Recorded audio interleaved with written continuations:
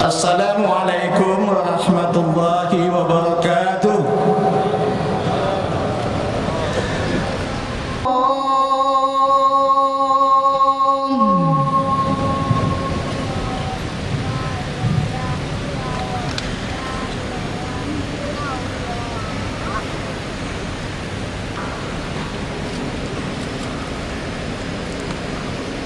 Alhamdulillah, alhamdulillah lilladzi hadana lihadza wa ma kunna linahtadiya laula an hadanallah.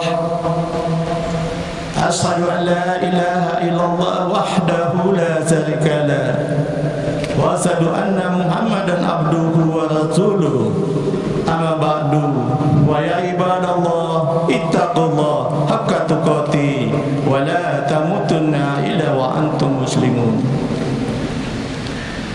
Alhamdulillah, segala puji kita panjatkan kehadirat Allah Subhanahu wa taala atas begitu banyak nikmat yang kita dapatkan dalam hidup ini, termasuk nikmat kesehatan. Sehingga pada siang ini kita dapat berkumpul berjamaah di masjid yang mulia ini untuk melaksanakan sholat Jumat. Dari mimbar yang mulia ini, pertama-tama khotib ingin mengajak kita semua untuk meningkatkan iman dan takwa kita kepada Allah Subhanahu wa taala.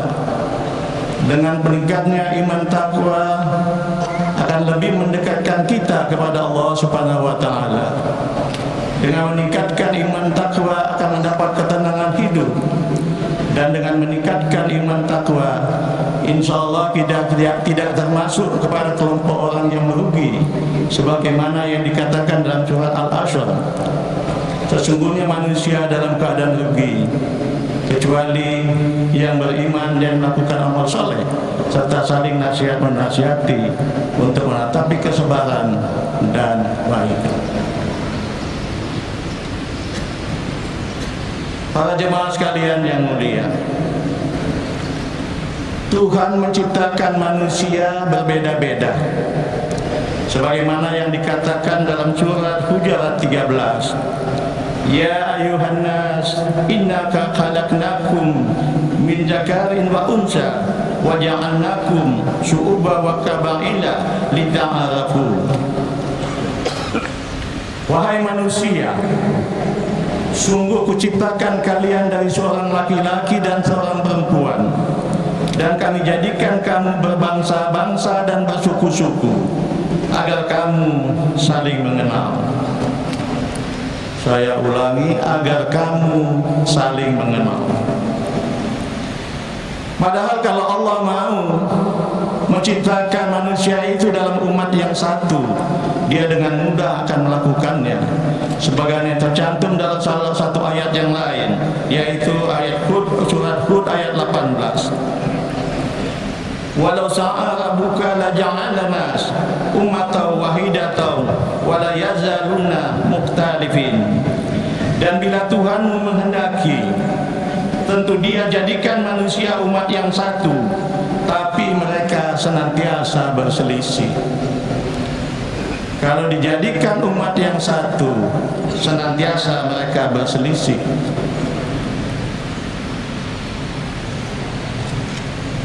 Pertanyaannya adalah, mengapa Tuhan menciptakan bangsa ini, manusia ini dalam keadaan yang berbeda-beda? Jawaban utama di ayat ini adalah supaya kita saling mengenal satu sama lain. Mungkin Allah maksudkan dengan mengenal itu kita dapat belajar lebih baik dari satu dengan yang lain. Namun pada saat situasi yang berbeda-beda itu, justru Allah kemudian mengatakan kita mesti bersatu, jangan bercerai-berai, sebagaimana yang dikatakan dalam surat Ali Imran 103. Wa'tasimu bihablillahi jami'an wa la tafarraqu. Dan berpeganglah kamu semua kepada tali Allah dan jangan bercerai-berai. Kalau kita lihat hubungannya satu dengan yang lain, Tuhan mestinya mampu atau dapat menciptakan manusia dalam umat yang satu. Tapi dikatakannya kalau ini kulakukan, kalian akan saling bertengkar. Oleh sebab itu Allah menciptakan manusia berbeda-beda. Berbeda-beda ini supaya kalian saling kenal, kata Allah. Supaya kita saling mengenal perbedaan yang satu dengan yang lainnya. Dalam situasi seperti ini kita sudah jelas berbeda-beda, Tuhan ingin kita bersatu. Bersatu kembali, jangan terpecah belah. Nah, di sini letaknya kemudian ibadah itu. Di sini letaknya kemudian pelajaran-pelajaran tentang toleransi. Di sini letaknya kemudian pelajaran-pelajaran tentang kasih sayang, rahmat, hubungan silaturahmi antara satu dengan lainnya. Namun Allah tidak membiarkan kita begitu saja untuk berusaha dari yang berbeda-beda menjadi satu dan tidak terpecah belah. Allah banyak membantu kita. Salah satunya adalah dengan menurunkan Rasulullah SAW untuk menjadi contoh teladan kepada kita semua dan sekaligus membawa agama yang rahmatan lil alamin. Sebagaimana dikatakannya, wa ma arsalnaka illa rahmatan lil alamin. Tidak kuutus kaum Muhammad melainkan semata-mata untuk menjadi rahmat bagi alam semesta. Islam juga memberi pelajaran kepada para pemimpin-pemimpin. Kalau pemimpin tidak adil, pasti rakyatnya tidak bahagia. Rakyat yang tidak bahagia ini tidak mungkin bisa diajak untuk bersatu. Oleh sebab itu Allah menurunkan lagi petunjuk dalam Nisa 58. Innallaha ya'murukum an tu'adul amanati ila ahliha wa idza hakamtum bainan nasi an tahkumu bi adli. Innallaha ni'ma ya'izum bihi. Innallaha kana sami'an basira. Pesan beliau kepada pemimpin adalah, bila kau diberi amanah, maka kau hendaknya berlaku adil. Bila kau menetapkan hukum di antara manusia, kau harus menetapkan hukum dengan seadil-adilnya. Sesungguhnya Allah memberikan pelajaran yang sebaik-baiknya padamu, tapi yang belakangnya sangat berbahaya, penekan Allah. Sesungguhnya aku maha mendengar dan maha melihat.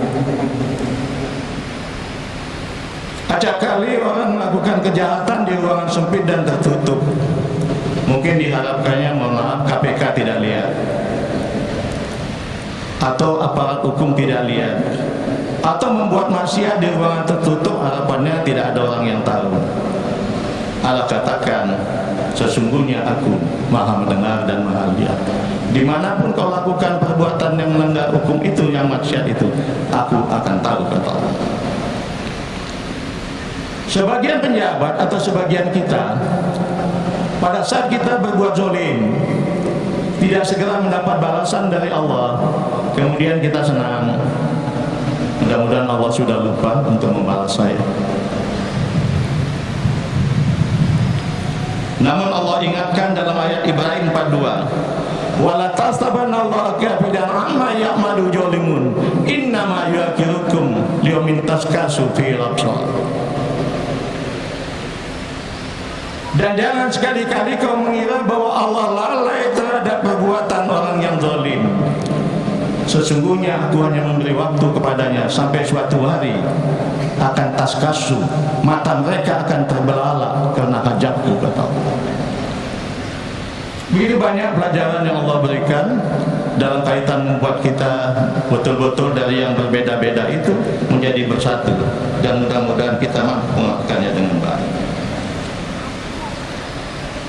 Perbedaan yang bermacam-macam di dunia dijawab oleh tokoh-tokoh dunia dengan membentuk Perserikatan Bangsa-Bangsa atau PBB. PBB ini kemudian menyusun piagam-piagam untuk menjadi kesepakatan dalam memecahkan permasalahan-permasalahan yang ada. Bagaimana Indonesia? Indonesia adalah miniatur dunia yang kaya dengan perbedaan-perbedaan, malah lebih kaya daripada dunia mungkin. Oleh sebab itu kita merasa bahagia bahwa pendiri-pendiri bangsa dulu sudah membantu atau menyusun beberapa konsep-konsep yang membuat kita jangan terpecah belah. Antara lain misalnya awalnya Sumpah Pemuda diadakan tahun 28 yang menyatakan tekad bersama untuk satu tumpah darah Indonesia, satu bangsa Indonesia, dan satu bahasa Indonesia.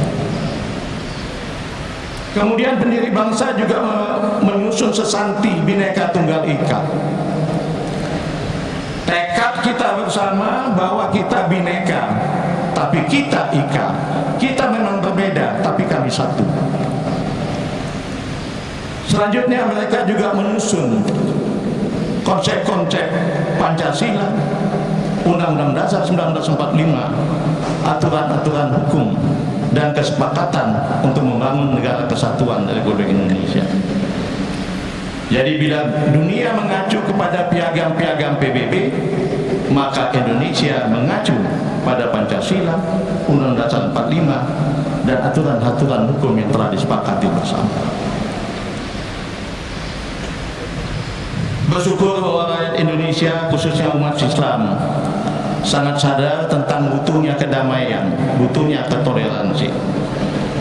Dan kita pantas berterima kasih kepada para ustadz dan ustadzah yang selalu menyebarkan syiar Islam ke berbagai pelosok Indonesia dengan selalu menampilkan ajakan-ajakan yang damai dan penuh dengan toleransi.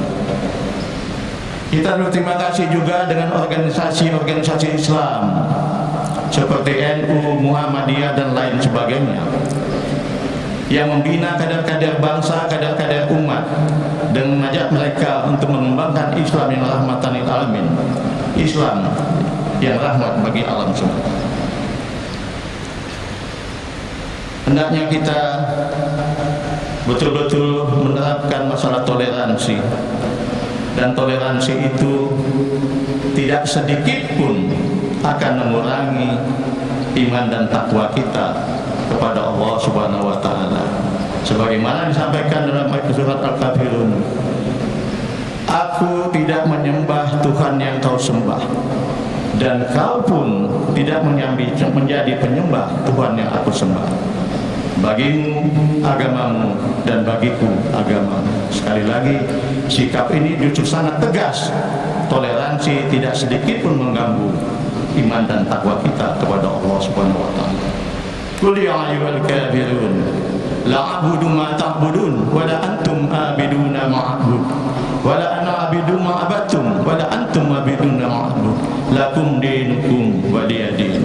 Barakallahu li wa lakum bil Qur'anil azim wa nafa'ani wa iyyakum wa zikril hakim wa taqabbala minni wa minkum tilawatahu innahu samiul alim innahu huwal ghafurur rahim.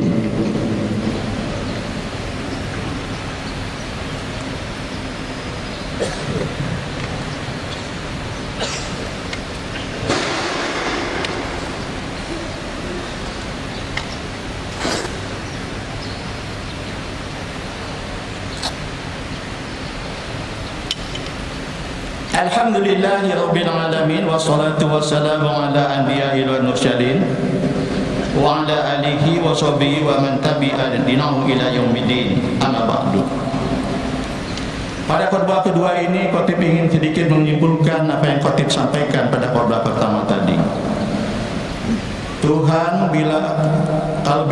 Tuhan ingin, Dia bisa menciptakan umat manusia yang satu. Tapi justru Ia menciptakan manusia berbeda-beda dengan pesannya supaya kamu saling kenal. Dan mudah-mudahan kita termasuk yang bisa mengenali perbedaan di antara sesama. Kemudian juga untuk mengatasi perbedaan-perbedaan itu menjadi satu. Karena Allah selain menciptakan manusia berbeda-beda, Tuhan juga memesan supaya kamu bersatu, jangan berpecah belah. Untuk supaya bersatu pecah belah itu, dunia membangun perserikatan bangsa-bangsa dan kita membangun beberapa banyak kesepakatan untuk menjadi pegangan kita bersama. Islam, dakwah Islam, syariat Islam, dan semua kehidupan Islam di Indonesia ini berjalan dengan baik. Tetapi juga kita memberikan toleransi yang tinggi juga, atau toleransi yang sepantasnya pada agama lain. Sehingga pelaksanaan Islam di Indonesia selalu menjadi fokus kajian dunia lainnya. Mereka melihat bagaimana Indonesia, negara pemeluk agama Islam terbesar di dunia, tapi tidak punya berdasarkan agama Islam, tapi berdasarkan Pancasila, mampu memanage kehidupan bangsa ini secara baik. Kembali kita harus berterima kasih kepada pemerintah, ustadz-ustadz, organisasi-organisasi Islam, parpol-parpol, dan seluruh rakyat Indonesia atas tampilan yang sangat baik dari umat Islam ini. Kita juga harus berterima kasih kepada pengamat-pengamat dunia yang ingin menjadikan Indonesia sebagai sumber untuk pembahasan bagaimana Islam yang rahmatan lil alamin itu. Karena begitu banyaknya mereka yang ingin belajar di Indonesia, maka pemerintah telah atau sedang membangun sebuah universitas Islam internasional, tempat mereka nanti datang dan belajar, sehingga mereka tidak lagi dititipkan di banyak universitas-universitas lainnya. Dan universitas itu sedang dibangun. Insya Allah awal tahun depan selesai, mungkin akan menjadi universitas terbesar yang ada di Indonesia. Jemaah sekalian yang muliakan, akhirnya kita tutup dengan doa. Alhamdulillahirabbil alamin, la haula wala quwata illa billahil aliyil azim. Allahumma shalli ala Muhammad wa ala alihi wa sahbihi. Amin ya rabbal alamin. Allahumma ighfir lil muslimin wa muslimat wal mu'minina wa mu'minat al-ahya'i minkum wa amwat. Rabbana afir alaina sabra wa sabit aqdamana wansurna ala qaumil kafirin wansurna ala qaumil jahilin wansurna ala qaumil musyrikin. Allahumma fili junubi wa li walidayya warhamhuma kama rabbayana saghira. Rabbana ya Allah, bimbinglah kami sehingga kami menjadi manusia-manusia yang mengenal perbedaan itu dan menjadikan perbedaan itu untuk menjadi titik kuat kami semua. Ya Allah, bimbinglah kami agar kami selalu menjauhi semua larangan-larangan-Mu dan mendekati semua petunjuk-petunjuk-Mu.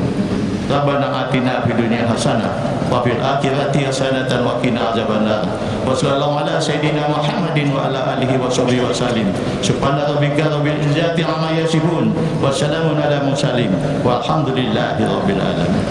Ibadallah, innallaha ya'muru bil adli wal ihsan wa ita'i dzil qurba wa yanha 'anil fahsya'i wal munkar wal baghi ya'idukum la'allakum tadhakkarun. Fazkurullaha yazkurukum yazkuru ala ni'amihi yazidkum min fadli yutikum wa ladzikrullahi akbar. Allah